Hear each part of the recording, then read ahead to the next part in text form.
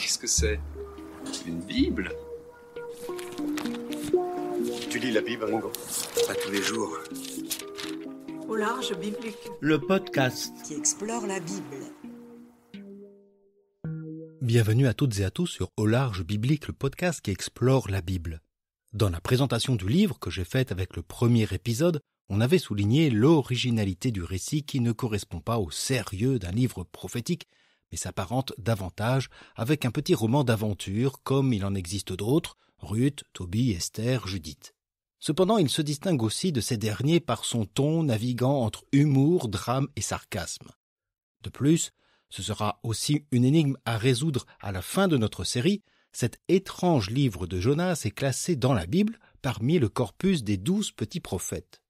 Il faut dire que le livre débute avec le même sérieux que ceci.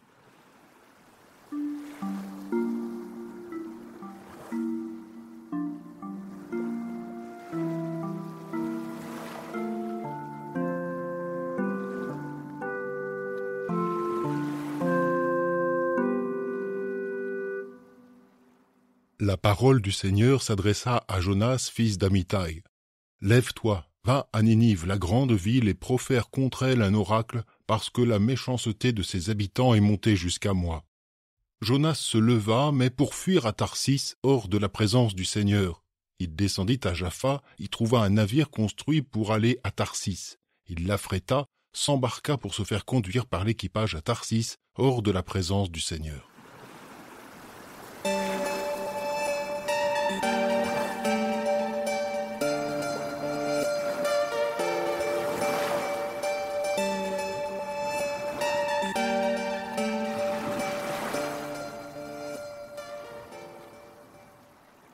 Jonas, fils d'Amittai, n'est pas tout à fait inconnu de la Bible. On le trouve évoqué incidemment dans le second livre des rois au chapitre 14, lors du règne du roi israélite Jéroboam II.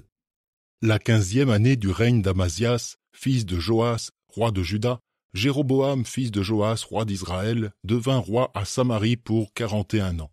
C'est lui qui rétablit le territoire d'Israël depuis l'Ébo-Hamath jusqu'à la mer de la Araba, selon la parole que le Seigneur, le Dieu d'Israël, avait dite par l'intermédiaire de son serviteur, le prophète Jonas, fils d'Amittai, de Gath-Hépher.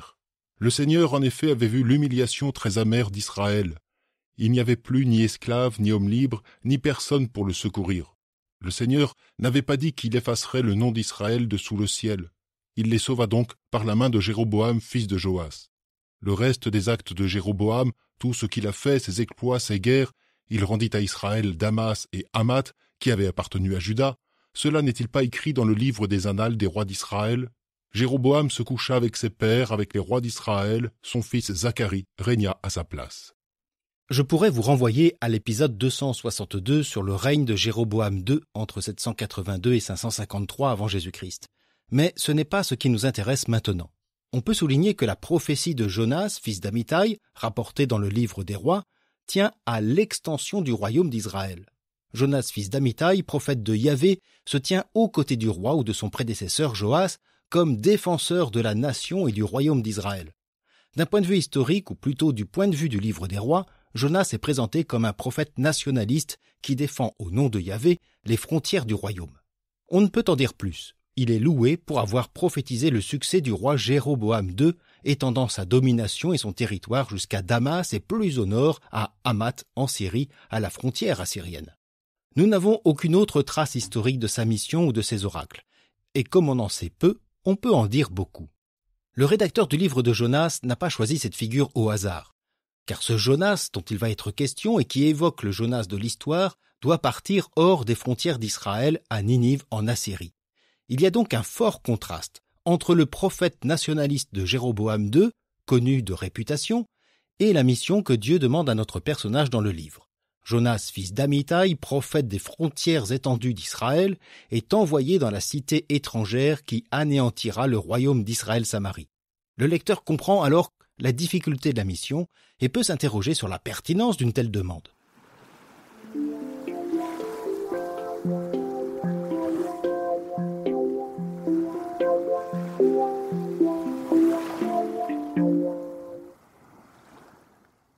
L'auteur a donc bien choisi son personnage. Puisant dans l'histoire, il trouve un prophète qui annonce le retour du grand Israël capable de vaincre ses ennemis grâce à la puissance de Yahvé. Un peu comme certains clans religieux lors de la restauration de la Judée, époque probable de la rédaction du livre de Jonas. Jonas, fils d'Amittai, représente donc plus que lui-même.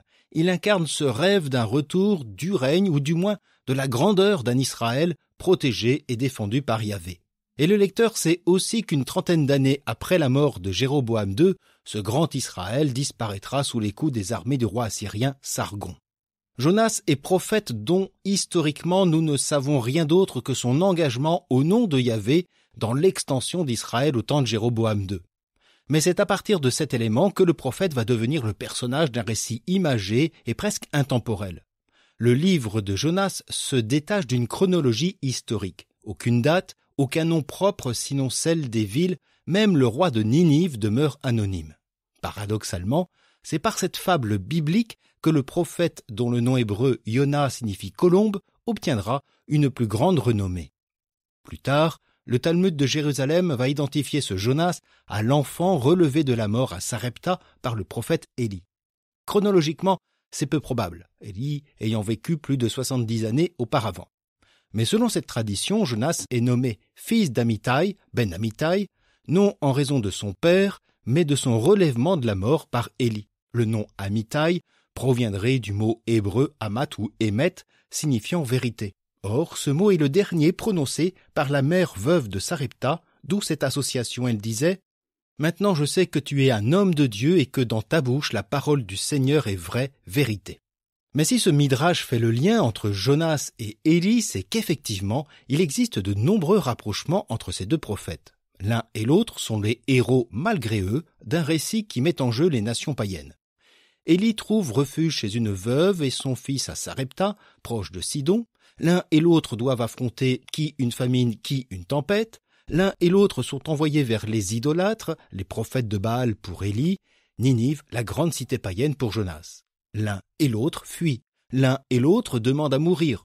L'un et l'autre doivent faire face à la révélation de Dieu dans une grotte à l'Horeb pour Élie, sur une colline et sous un ricin pour Jonas. Ainsi, le personnage de Jonas renvoie le lecteur au prophète yahviste d'Israël, mais aussi à un autre prophète yahviste, Élie. Mais dans notre récit, Jonas est d'abord le prophète qui fuit Dieu.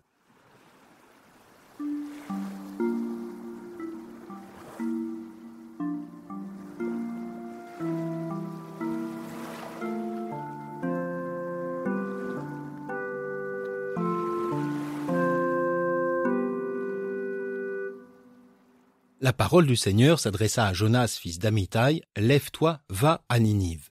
Ces premiers mots reprennent les introductions habituelles aux oracles et missions prophétiques. On la retrouve pour Samuel, Nathan, la parole du Seigneur fut adressée cette nuit-là à Nathan. Isaïe, Ézéchiel, la parole du Seigneur me fut adressée en ces termes. Pareil pour Jérémie, Agé, Zacharie. Mais aussi le prophète Élie dans le chapitre 17 du premier livre des rois. La parole du Seigneur fut adressée à Élie. Lève-toi, va à Sarepta, qui appartient à Sidon, tu y habiteras. Avec Élie, on a aussi le même ordre, se lever pour aller vers une ville étrangère. Dieu s'adresse donc à Jonas comme il s'adresse à un prophète. Et généralement, les récits et les discours montrent le prophète suivre exactement l'ordre du Seigneur. Élie se leva, partit pour Sarepta et parvint à l'entrée de la ville. Jonas agit différemment. Jonas se leva, mais non pour aller à Ninive, il se lève et part pour Tarsis. Que des prophètes contestent la mission que Dieu leur demande n'est pas surprenant. Cela fait même partie d'un genre littéraire qu'on appelle les récits de vocation prophétique. Dieu appelle un tel et lui demande une mission spécifique. Un tel refuse, expliquant pourquoi il ne peut ou ne veut pas. Généralement, Dieu réitère sa demande, accompagnée parfois d'un signe miraculeux, et le prophète finit par accepter. Quelques exemples. En Exode 4, Dieu demande à Moïse d'aller trouver Pharaon et les Hébreux pour faire sortir ces derniers hors d'Égypte. Moïse avance plusieurs fois qu'il ne peut pas exercer cette mission, il ne sait pas parler, il souffre d'un handicap lié à la parole, il n'est pas hébreu comme les autres, il ne pourra donc jamais convaincre ni Pharaon ni les siens. Il demande même à Dieu de choisir plutôt son frère Aaron. Dieu lui demande de jeter son bâton qui se transforme en serpent et Moïse finit par accepter. Quand Dieu demande à Jérémie d'être son prophète au milieu des nations, celui-ci refuse, prétextant qu'il est trop jeune. Mais il finira par accepter. On retrouve ce même schéma dans le Nouveau Testament avec Marie, à qui l'ange annonce qu'elle enfantera le Messie. Elle doute puisqu'elle ne connaît pas d'homme, dit-elle. L'ange lui parle alors de sa parente Élisabeth qui, âgée et stérile, attend un enfant grâce à l'action de Dieu, et Marie accepte sa mission. Qu'un prophète refuse avant d'accepter une mission fait donc partie du genre littéraire. En est-il de même avec Jonas? La réponse n'est pas simple. On pourrait voir dans ces premiers versets que le récit de Jonas ne suit pas un récit de vocation prophétique. Ou s'il le suit, c'est raté. Jonas ne refuse pas la mission de Dieu, il la rejette sans explication, sans dialogue, pas même une contestation oralisée. Il se lève et part pour Tarsis sans rien dire. Cependant, si Jonas ne parle pas, Dieu continuera à s'adresser à lui par le signe d'une tempête, puis d'un poisson. C'est alors qu'il acceptera la mission de Dieu, mais toujours sans rien dire. Même à la fin de l'histoire, nous ne saurons pas s'il a tout compris de cette mission. Pour l'instant, Jonas refuse d'aller à Ninive, cité étrangère, mais il fuit pour une autre, Tarsis, loin de la face de Yahvé ou de la présence du Seigneur.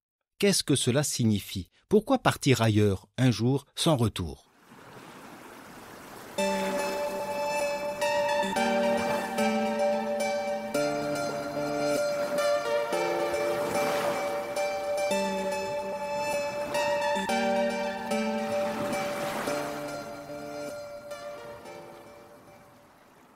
Ce sont des mots, ou plus précisément une attitude qui surprend. En réponse à Dieu, Jonas fuit loin de la présence du Seigneur. Comment entendre cette phrase qui nous est répétée 2 fois dans ces petits versets? Jonas se leva, mais pour fuir à Tarsis, hors de la présence du Seigneur. Et plus loin, il s'embarqua pour se faire conduire par l'équipage à Tarsis, hors de la présence du Seigneur. Littéralement, on pourrait aussi traduire hors de la face de Yahvé ou loin de devant Yahvé. Peu importe, on entend cette volonté de prise de distance. Mais peut-on géographiquement prendre de la distance vis-à-vis de Dieu? Il faut peut-être préciser ou repréciser ce que signifie, à l'époque du rédacteur, cette présence de Dieu. Le judaïsme du Second Temple ne donne pas dans le panthéisme, bien plus, il concentre la présence de Yahvé à son peuple dans le symbole fort qu'est le temple et le culte. Selon cette conception, Yahvé règne depuis les cieux où il régit tout l'univers. Mais sa présence est signifiée par le temple et cette pièce appelée le Saint des Saints où demeure son trône, l'Arche d'Alliance. À l'inverse donc, s'éloigner de la présence du Seigneur, c'est être retranché du sanctuaire et parfois même de la communauté des fils d'Israël. On peut lire cela dans le livre du Lévitique, au chapitre 22. Tout homme de votre descendance qui en état d'impureté s'approche des saintes offrandes que les fils d'Israël consacrent au Seigneur, celui-là sera retranché de devant moi. C'est moi le Seigneur. Mais cet éloignement de Jonas n'est pas non plus sans rappeler l'attitude de Caïn. Caïn s'éloigna de la présence du Seigneur et habita dans le pays de Nod, à l'orient d'Éden. Mais où veut en venir notre récit? Pour l'instant, cela reste flou. D'une part, rien n'indique que Jonas se trouvait au temple ou dans un autre sanctuaire. La présence de Yahvé est ici d'abord celle de sa parole. C'est peut-être ce qu'aura à comprendre par la suite Jonas. Dans cette première partie, le prophète, généralement l'homme qui parle, demeure muet face à son Dieu. Il ne lui répond pas. Il finira par s'adresser à lui dans sa prière et à dialoguer avec lui après la rédemption de Ninive. Pour l'instant, Jonas fuit. Mais pourquoi? Aucune explication n'est donnée. Il nous faudra attendre les derniers versets du livre pour que Jonas avoue les motifs qui l'ont poussé à ce départ vers Tarsis. À ce stade du récit, rien n'est dit. Part-il par crainte de subir la violence de cette méchante ville de Ninive? Craint-il un échec de sa mission qui desservirait la gloire de Yahvé? Ou bien, comme l'avance une tradition juive, craint-il justement la conversion des habitants de Ninive, conversion qui révélerait à contrario le péché et l'obstination des fils d'Israël? Jonas partirait-il non pour sauver sa vie, mais pour préserver Israël du jugement? Je reviendrai sur cette énigme à l'occasion de l'exploration du chapitre 4. En tout cas, je le répète, à cet instant, nous ne pouvons rien avancer, ou plutôt, nous pouvons tout supposer. Et c'est peut-être l'objectif de ces versets, introduire le questionnement, le doute, pour mieux dérouter son lecteur qui se demande pourquoi Jonas a préféré Tarsis à Ninive et même à Israël et Juda.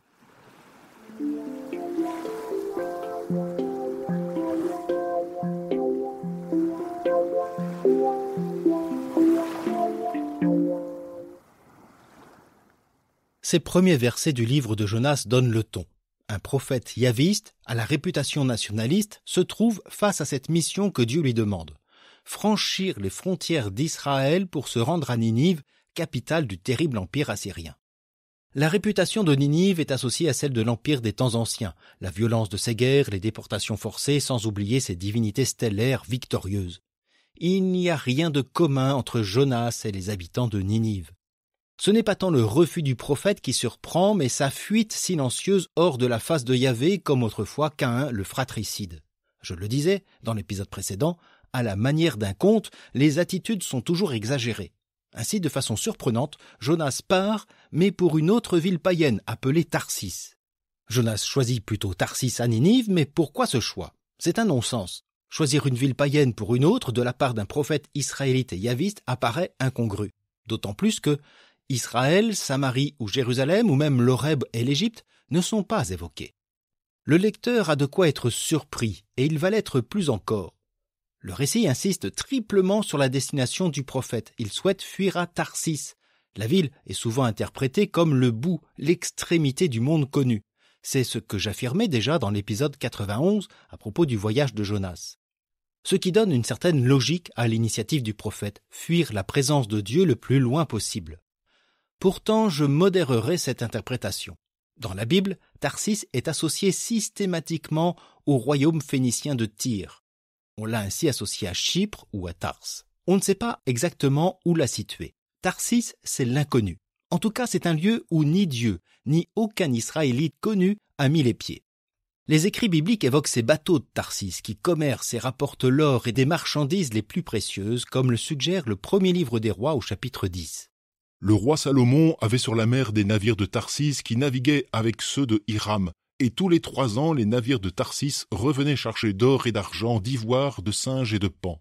Le prophète Isaïe du 8e siècle en parle souvent de la même manière pour critiquer l'orgueil de Tyr. Le psaume 72 attend même la soumission des païens en ces termes. Les nomades s'inclineront devant Yahvé. Ses ennemis lécheront la poussière. Les rois de Tarsis et des îles enverront des présents. Les rois de Saba et Séva paieront leur tribut. Tous les rois se prosterneront devant lui, toutes les nations le serviront. Tarsis n'est évoqué qu'en raison de ses navires. Et si Jonas prenait la mer, s'embarquait pour toujours, fuir, naviguer loin de la présence du Seigneur? En s'embarquant à Jaffa, près de l'actuelle Tel Aviv et seul port méditerranéen pour Israël, à l'époque, Jonas fuit vers la mer, le monde de la mort, des monstres marins, c'est-à-dire un monde loin de la terre d'Éden et de l'action favorable de Dieu. Du moins, dans cette conception qui délimite l'action de Yahvé à un peuple, Israël, et à son temple.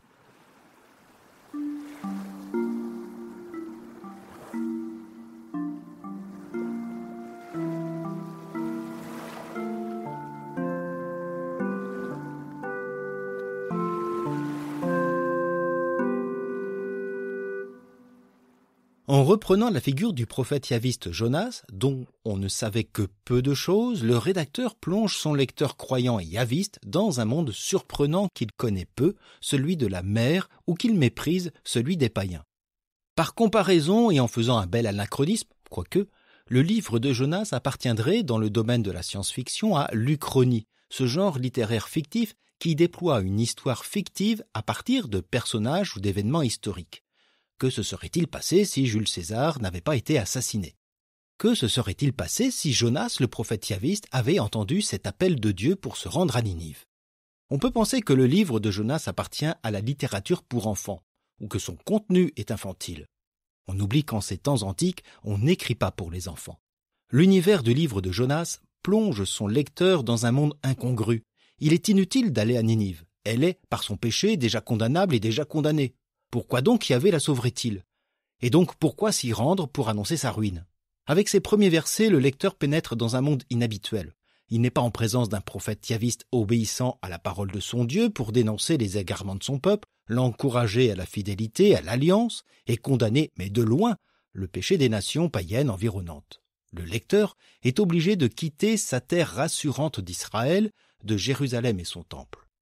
Et peut-être aussi de la conception qu'il a de Yahvé, dont la demande faite à Jonas peut apparaître incongrue. Le lecteur est ainsi dérouté, tout comme Jonas qui, au lieu de se rendre à Ninive ou de rester en Israël, choisit de fuir à Tarsis, ville païenne et maritime.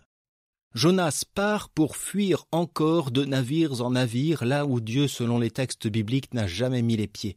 Mais il ne fuira pas bien loin, Yahvé va très vite le rattraper, comme nous l'entendrons lors de notre prochain épisode. Merci d'avoir été à l'écoute pour ce 2e épisode sur cet étrange récit de Jonas. N'hésitez pas à partager cet épisode, cette série autour de vous. Je vous souhaite une bonne journée, une agréable soirée et je vous dis à bientôt sur Au Large Biblique.